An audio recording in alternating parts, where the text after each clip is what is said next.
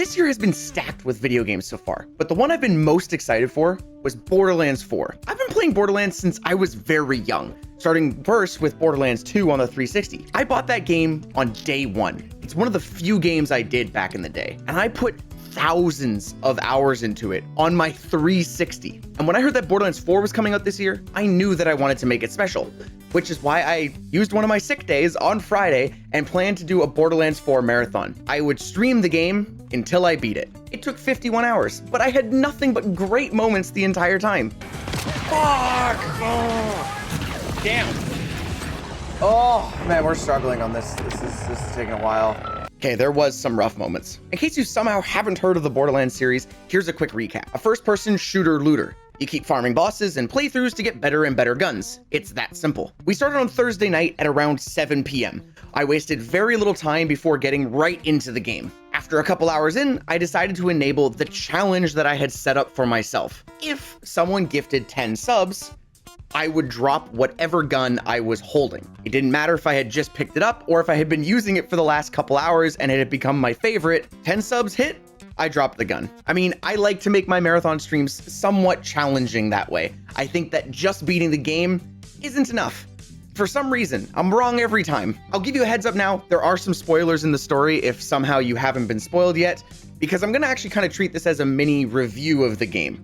Because going into it, I was definitely nervous considering how poorly received Borderlands 3 was.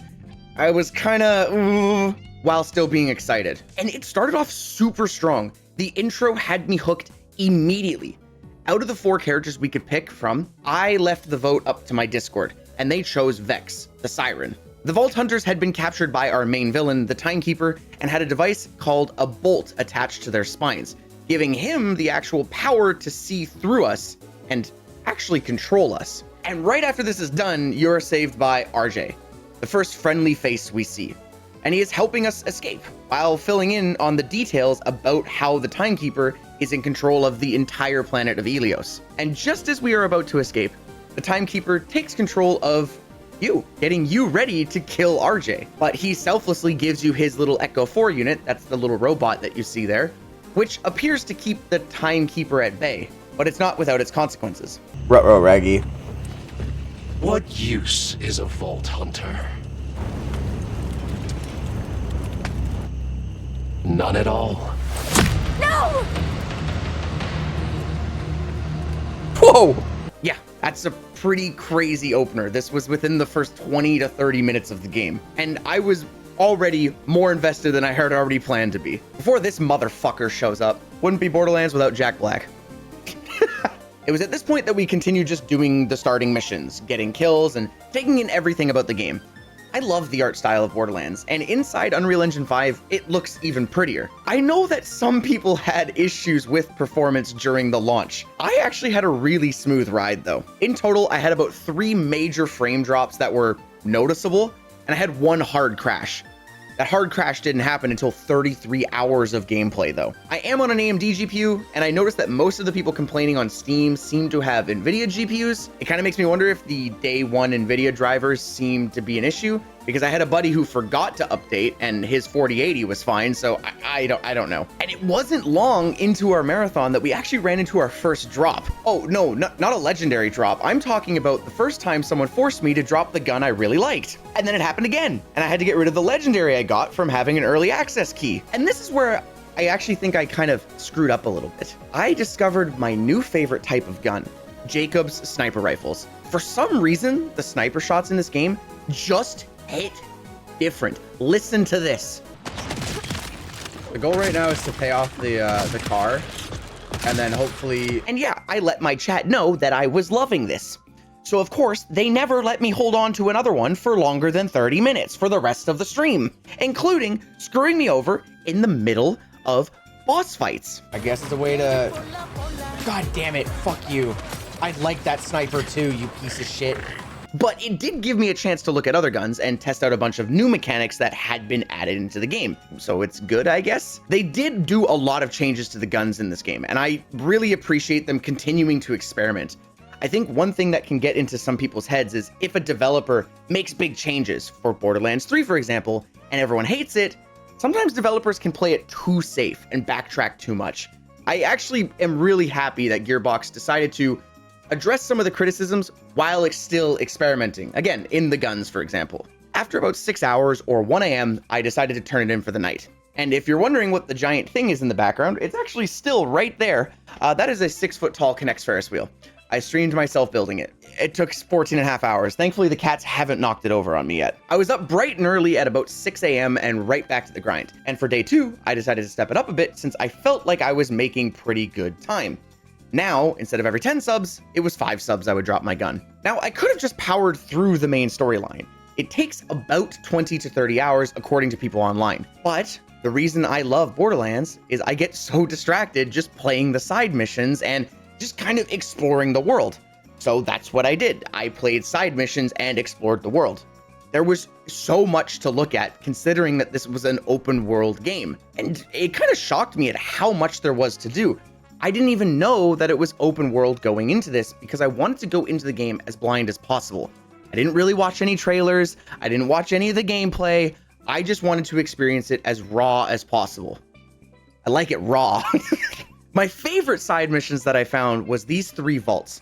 You activate 3 silos to find search areas, then you play a hot and cold mechanic till you find 3 keys, and then you can open up the vault and fight the boss. The boss fights in this game were so much fun, and each of these 3 vaults had creative mechanics and different patterns that you had to try to learn in order to fight them. And after the very first one, we got our first legendary, boys. Let's go! Now, this was a big shock to me since I know that they actually lowered the drop rates from the last game to this one, because in Borderlands 3, they were a little bit overkill. I didn't actually use the drop we got. I'm sorry, okay? But it was still, we got a drop. I was happy we got one in the first place. After exploring this vault, I got refocused on the main story missions. There was 3 missions to pick from when you start the game, kind of in each of these areas. And at the end of these 3 missions, you fought one of the Timekeeper's best soldiers before ultimately getting to the Timekeeper himself. And our first one was Soul, another boss fight that I had a blast playing because of the unique mechanics in the fight. You had to wait for a green bio bomb to drop, grab it, throw it at him, destroy an armor, and shoot him. Where this bomb hits him is where he becomes vulnerable, so you want to make sure you hit the bomb on his head, for example. This was an endurance fight for me. I was using some pretty underpowered guns, so even when I did expose him, it was not very effective at doing damage. It took me about 15 minutes to do the boss fight, to get him down to 1 shot, which of course, I wanted to end it in style. I want to hit his face. I want to snipe him.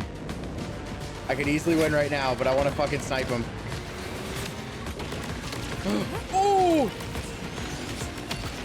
No!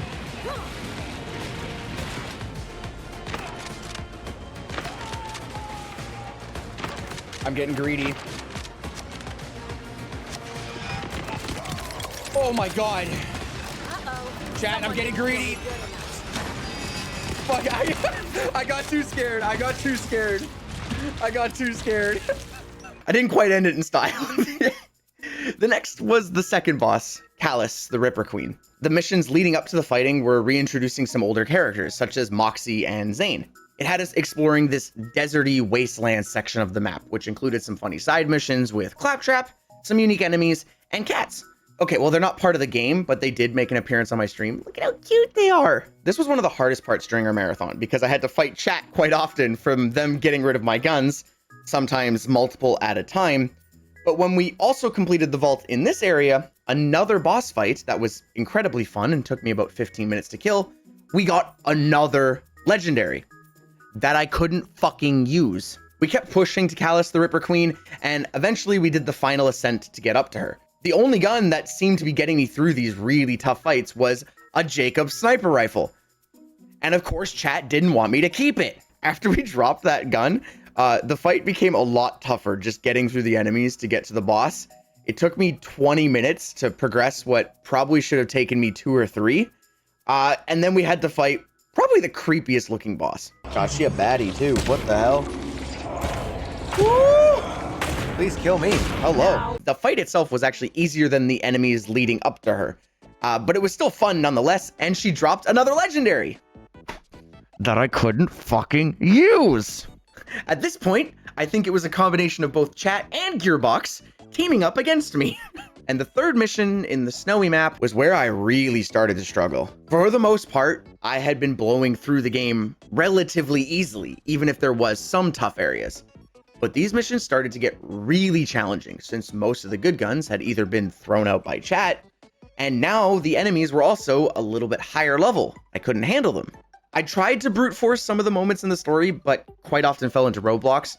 So before I ended day 2, I wanted to feel like I accomplished something, so I took on the third vault, which I completed relatively easy. On day 3, my eyes were set on finishing this game.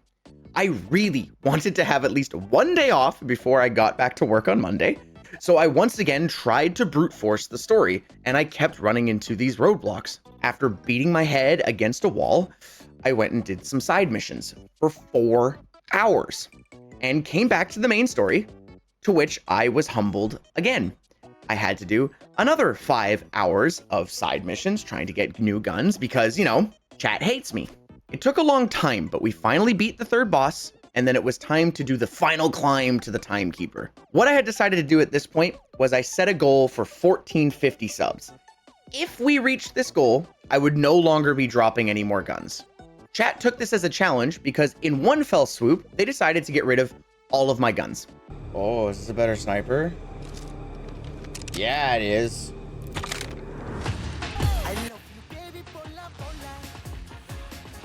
I will drop every single gun that I have in my current 4, including the new sniper that I just fucking grabbed, which meant I left the final boss area again to farm for about another 3 hours trying to get more guns. And now it was the time for the final climb. Fighting through the last wave of enemies and facing the final boss head on. The boss was kind of easy, sadly, but it was still a very, very creative boss fight. I don't think easy bosses are necessarily an issue. You see, I had so much fun just playing the game. Even when I beat my head against a wall and had to go grind side missions, grinding for new guns is the whole point of Borderlands, so it was still super fun. Seeing the returning characters and the familiar faces from the past games, and the story was incredibly engaging. I think it's a hot take, but the more I play off stream, I've been actually playing another 10 or 15 hours or so, I think this might be the best Borderlands game. I know that's going to be a really hot take. Borderlands 2 is kind of a historical moment for a lot of people in gaming. I think Gearbox finally did it. They at least tied. I'm going to put them on the same playing field. And I think if you're someone who prefers polished mechanics, I think Borderlands 4 is going to take the cake. And as an icing on top of this, after the final fight, the game was not over, especially after the credits rolled. Okay, what is this? What is this?